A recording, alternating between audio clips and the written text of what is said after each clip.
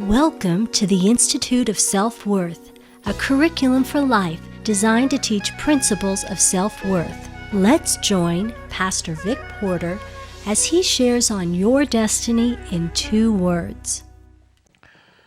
Strongholds. This word has 2 meanings. It can mean a prison or a fortress. A prison is designed to keep you from prosperity. A fortress is designed to keep you from poverty. Now get this. A prison is designed to keep you from prosperity. A fortress is designed to keep you from poverty. The fortress or prison in a person's life is based on the thoughts they have allowed to become their imaginations. Your thoughts always precede your ways. Your thoughts always precede your ways.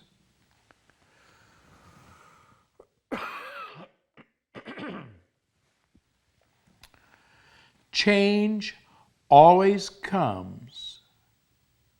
Always comes. It'll either be good or bad. Change always comes, good or bad. Change can be the best thing that can happen to you, or it can be the worst thing that can happen to you. It's always going to be there. People say, well, I just don't like change. I'm telling you, if you don't adapt to change, you'll be left behind. Change is always going to be there, good or bad. Now, I want to read something this is extremely important that you get a hold of this. Change first comes in a person's imaginations through a thought with a picture attached to it. Our imaginations, this is the part that I want you to get, our imagination is the ability to foresee things happening before they happen. Our imagination is the ability to foresee things that are happening before they happen. Romans chapter 12 and verse number 2 says that our mind needs to be transformed or changed to do what is good, acceptable, and perfect. This is why it is important to renew our mind to the truth of the Word. As we renew our minds, we're moving from the good to the acceptable to the perfect will of God. God doesn't have 3 wills. We just move from what's good to that's acceptable to that's perfect. We do that based on the knowledge of the truth of the Word that we have. Now, go over to Romans chapter 12. This is where we're going to begin to pick up on some very, very interesting statements. Romans chapter 1 and verse number 21.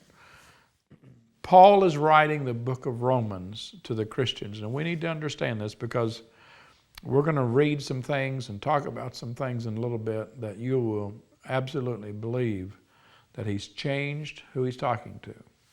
He surely has to be talking to the sinners. The problem is that he isn't. He's talking to Christians.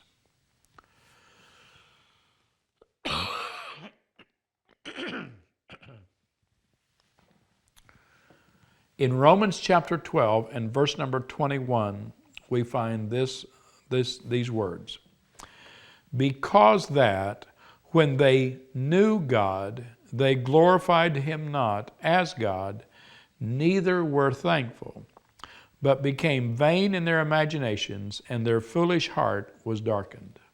Now let's read that again. There's 4 things I want you to look at. Because that when they knew God, simply referring to the fact that they were Christians, they chose, number 1, not to glorify God. Number 2, they were unthankful. And number 3, because they chose not to glorify God, they became unthankful. and they became empty or vain in their imagination, or the picture part of them.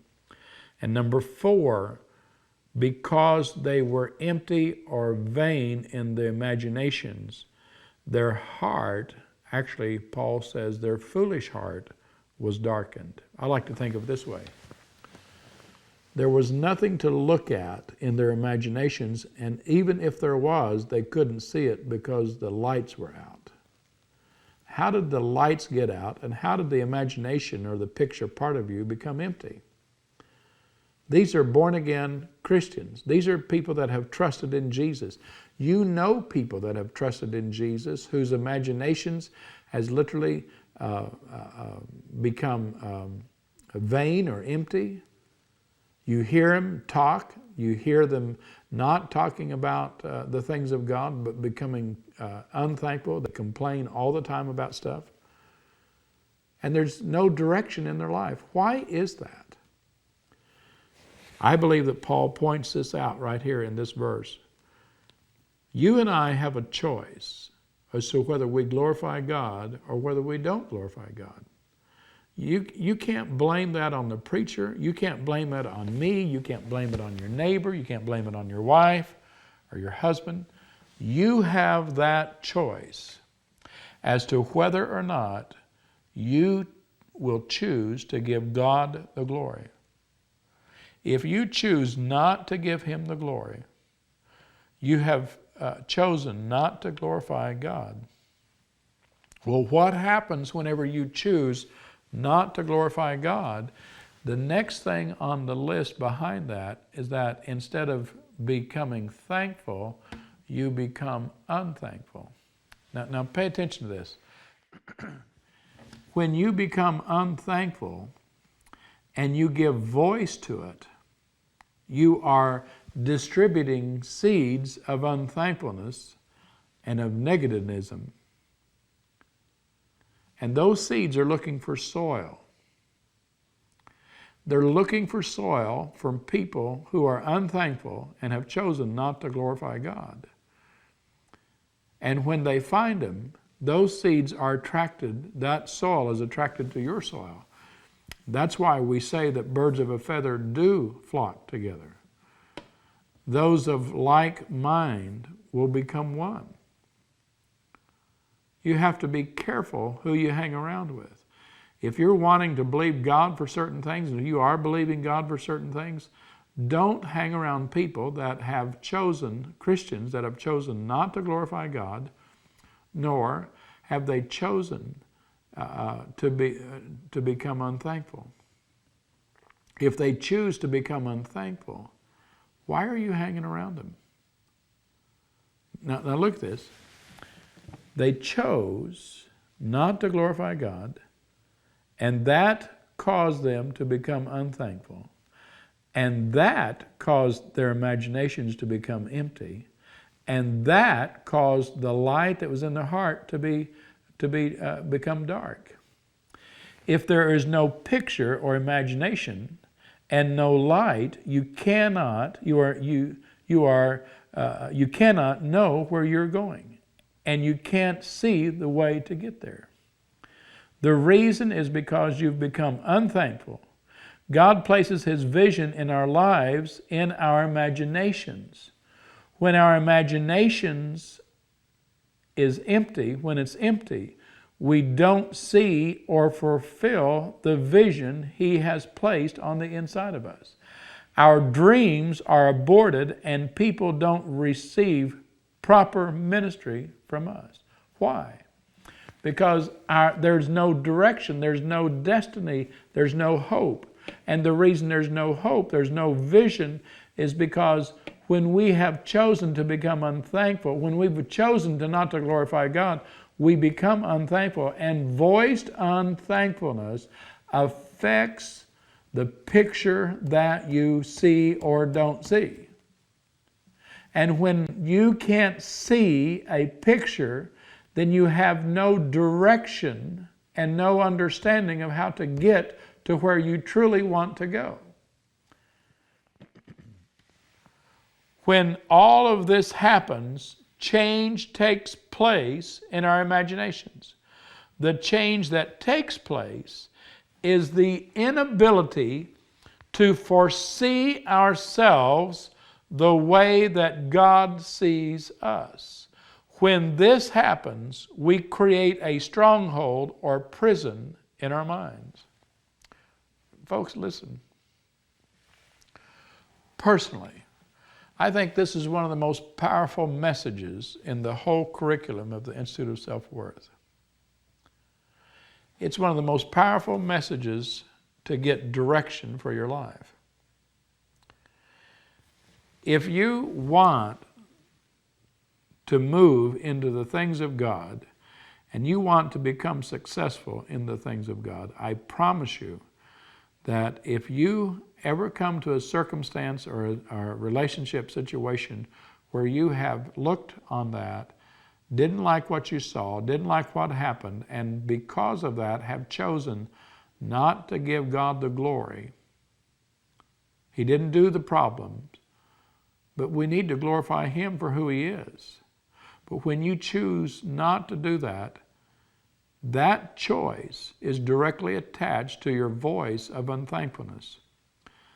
That voice of unthankfulness is directly attached to your vain imaginations, or it's attached to your imaginations, which will create vanity or emptiness. And that causes all the lights to be turned out. And let me tell you something. Even if you had a picture and the lights were out, you couldn't see where you're going. But the reality of that is that you don't even have a picture because you've voiced unthankfulness, because you have chosen not to glorify God. Therefore, you couldn't see it anyway because the lights are out.